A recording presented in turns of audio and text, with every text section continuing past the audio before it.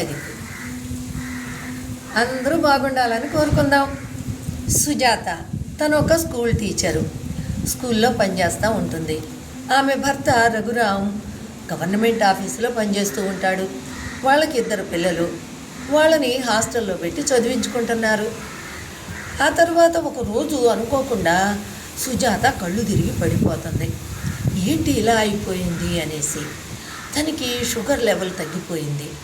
బాగా నీరసంగా ఉంది. పడుకుంటే లేకపోతుంది, కళ్ళు తిరుగుతున్నాయి. ఇంతలా అయిపోయేటప్పటికి 2-3 రోజులు ఊరుకుంది. స్కూల్కి సెలవు పెట్టింది. ఇంకా భర్త హడావిడి, తన అక్క చెల్లెళ్ళు అన్నదమ్ములు అందరూ కూడా ఎవరు బిజీలో వాళ్ళు, ఎవరు ఉద్యోగాల్లో వాళ్ళు మునిగి ఉన్నారు. ఇక తనకి ఏం చెయ్యాలో పాల్పోలేదు. ఇక బాగా ఓర్చుకోలేని స్థితిలో ఉన్నప్పుడు భర్త ఆఫీస్కి సెలవు పెట్టి హాస్పిటల్కి తీసుకెళ్తాడు. అప్పుడు అక్కడికి వెళ్ళిన తర్వాత ఆ డాక్టరు మామూలుగా టెస్ట్ చేసి షుగర్ లెవెల్ ఉంది కదా, నువ్వు కొంచెం డైటింగ్ చేయి, షుగర్కు సరిపోయేటట్టుగా నువ్వు ఈ పదార్థాలు తిను అని చెప్పని పంపించేస్తాడు మందులు ఇచ్చి. వచ్చిన తర్వాత అలాగే చేసింది. అయినా కూడా షుగర్ లెవెల్ తగ్గలేదు. 300కి తక్కువ అసలు చూపించట్లేదు. ఇంకా కడుపులు నొప్పి అది కూడా ఎక్కువగా అనిపిస్తుంది, పొట్టొచ్చినట్టుగా అనిపిస్తుంది. మళ్ళీ హాస్పిటల్కి వెళ్తుంది. మళ్ళీ డాక్టరు ఏం తింటున్నారు మీరు అని చెప్పని అడగగానే పొద్దున్నే 2 చపాతీలు తింటాను, అలాగే మధ్యాహ్నం కొద్దిగా రైస్ తింటాను, మళ్ళీ రాత్రికి 2 పచ్చజొన్న రొట్టెలు తింటాను అని చెబితే, అవును అన్నీ కరెక్ట్గానే ఉన్నాయి కదా, షుగర్ లెవెల్ ఎందుకు తగ్గడం లేదు, మీరు తినే డైట్ బాగానే ఉంది కదా అని చెప్పని డాక్టర్ అంటాడు. సరే ఈసారి ఈ మందులు వాడు అని చెప్పని మళ్ళీ మందులు ఇస్తాడు. మందులు వాడుకున్నా కూడా యథాప్రకారమే ఏమీ తగ్గట్లేదు. మళ్ళీ అనుమానం, తనకు భయం వేస్తుంది. దానికి తోడు ఇంకా కడుపులో నొప్పి ఎక్కువగా అనిపిస్తుంది. ఇక సరే కదా అని మళ్ళీ అదే హాస్పిటల్కి వెళ్తారు. టెస్టులన్నీ చేపిస్తాడు ఆ డాక్టరు. అప్పుడు మీ కడుపులో పుండ్లు వచ్చినాయి, అలా ప్రేగుకు పుండ్లు ఉన్నాయి అని చెప్పని మళ్ళా మందులు ఇస్తాడు. అవి వేసుకున్నా కూడా కడుపులో పుండ్లు తగ్గడం లేదు, మరి షుగర్ లెవెల్ తగ్గట్లేదు. అప్పుడు ఇంక చాలా భయం వేస్తుంది. ఇక మళ్ళీ ఏంటి, మళ్ళా అదే డాక్టర్ దగ్గరికి వెళ్తే, అమ్మ నాకు కూడా అంతుపట్టట్లేదు, ఏదో కొంచెం మీకు నాకు తెలియనిది ఏదో ఉంది, మరి దీని స్పెషలిస్ట్ ఉన్నారు, ఆయన దగ్గరికి పంపిస్తాను, ఈసారికి మాత్రం ఈ వాడండి, తగ్గకపోతే చూద్దాం అంటాడు. సరే కదా అని మళ్ళీ వారం రోజులు వాడతారు, తగ్గదు. మళ్ళీ వచ్చినప్పుడు ఆ పెద్ద డాక్టర్కి ఫోన్ చేస్తాడు. ఆయన ఏంటి ఎక్కడో వేరే చెన్నైలో మీటింగ్లో ఉంటాడు, నేను వచ్చేటప్పటికి 10 రోజులు పడుతుంది, ఈ లోపల ఈ మెడిసిన్ వాడు అని ఆయనకి సలహా ఇస్తాడు.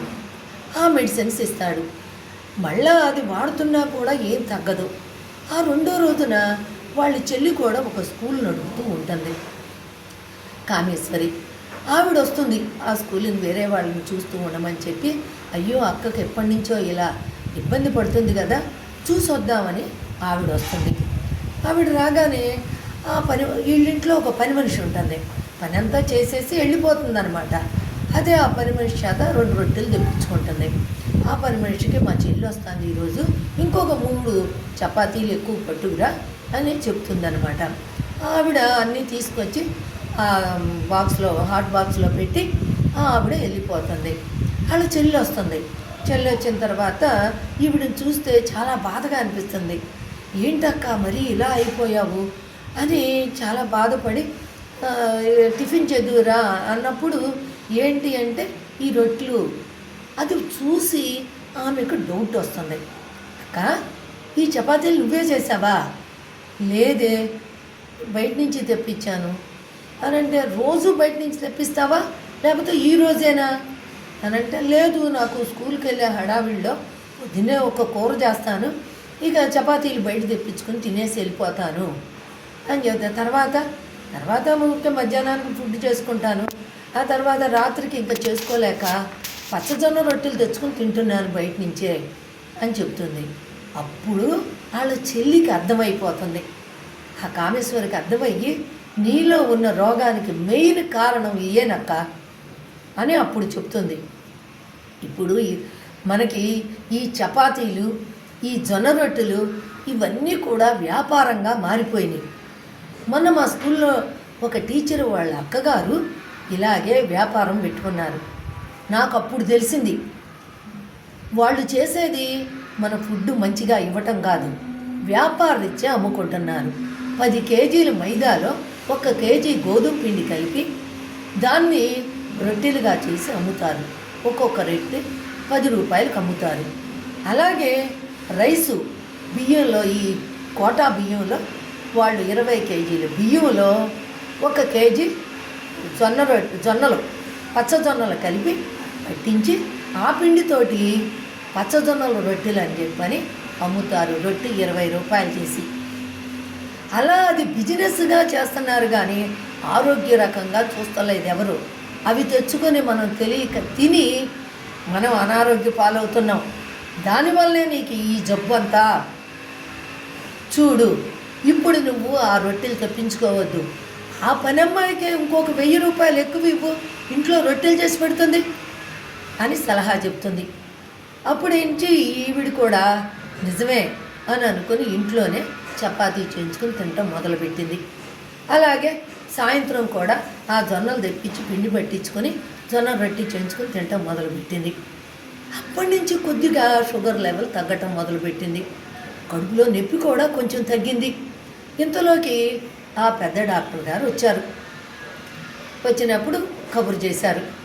ఇక ఆయన దగ్గర కూడా వెళ్దామని చెప్పని ఇక భార్యాభర్తలు ఇద్దరు అక్కడికి వెళ్తారు. వెళ్ళేటప్పటికి అప్పుడు ఆయన నువ్వేం ఫుడ్ తింటావమ్మా అని అడిగినప్పుడు ఇలా ఇలా తింటానండి, అయితే మా చెల్లెలు వచ్చి నాకు ఇలా చెప్పిన తరువాత నేను ఇప్పుడు ఇంట్లోనే చేయించుకొని తింటున్నాను, కాబట్టి నాకు కొద్దిగా షుగర్ లెవెల్ తగ్గింది అని చెప్తుంది. అప్పటికి ఇంకొంచెం తగ్గుతుందన్నమాట.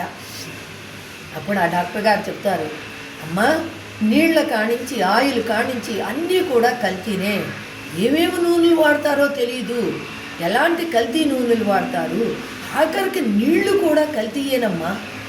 మీకు తెలుసా బయట వాడే నీళ్లు ఎక్కడెక్కడ నీళ్ళలో పట్టుకొచ్చి వాటిలో పురుగులు ఉంటాయో నాచు ఉంటుందో తెలీదు, అన్నీ కలిపి దాన్ని అలా కలిపేసేసి చేస్తారు. కాబట్టి మనం బయట ఫుడ్కి ఎప్పుడూ కూడా వెళ్ళకూడదు. మనం ఏదో ఎప్పుడో మనకు చేతగాని రోజు ఒక రోజు చేసామనుకో అది వేరే విషయం. ఇమ్యూనిటీ పవర్ ఎక్కువగా ఉంటే కొద్ది రోజులు బాగానే ఉంటుంది, ఆ తర్వాత ఇవన్నీ చూపిస్తూ ఉంటాయి. ఫస్ట్ మనకి ఈ యొక్క షుగర్ లెవెల్ తగ్గిస్తాయి, ఆ తర్వాత కడుపులో పుండ్లు అవుతాయి. ఆ మైదా పిండిలో ఉండేటటువంటి మరి ఆ మైదా పిండిని ఎలా తయారు చేస్తారు, బాగా పాలిష్ పెట్టిన గోధుమ పిండికి దానికి కొన్ని రసాయనాలు కలిపి మైదా పిండిని తయారు చేస్తారు, అందుకే అది తెల్లగా ఉంటుంది. దాని మూలంగా మనకి అది అరగక కడుపులో ప్రేగులో అది చుట్టుకుని పోయి అవి పుండ్లుగా మారి ఆ తర్వాత క్యాన్సర్గా వస్తుంది. కాబట్టి మనం అలాంటివి తినకూడదు. ఆ క్యాన్సర్ ఆడవాళ్ళకి బెస్ట్ క్యాన్సర్ రావడానికి కూడా మెయిన్ కారణం ఆ గోధుమ పిండి, ఆ మైదా పిండి. కాబట్టి మనం అవి తినకూడదు. అలాగే రైసులో ఉండే మరి కార్బోహైడ్రేట్స్ వల్ల షుగర్ లెవెల్ పెరుగుతుంది, అది తగ్గడానికి ప్రయత్నించదు, రక్తంలో ఉండేటటువంటి చక్కెర పెరుగుతుంది. కాబట్టి దాన్ని ఎక్కువగా ఉపయోగించకూడదు అని ఆ విధంగా ఎలా జరుగుతుంది, ఆరోగ్యానికి ఎలా హానికరమవుతాయి అనేది తెలియజేస్తాడు. తెలియజేసి కాబట్టి ఇక్కడి నుంచి మీరు ఇలాంటివి తినకుండా జాగ్రత్త పడండి అని చెప్తాడనమాట. చూసారా ఎంతటి దాకా తెచ్చుకున్నారు.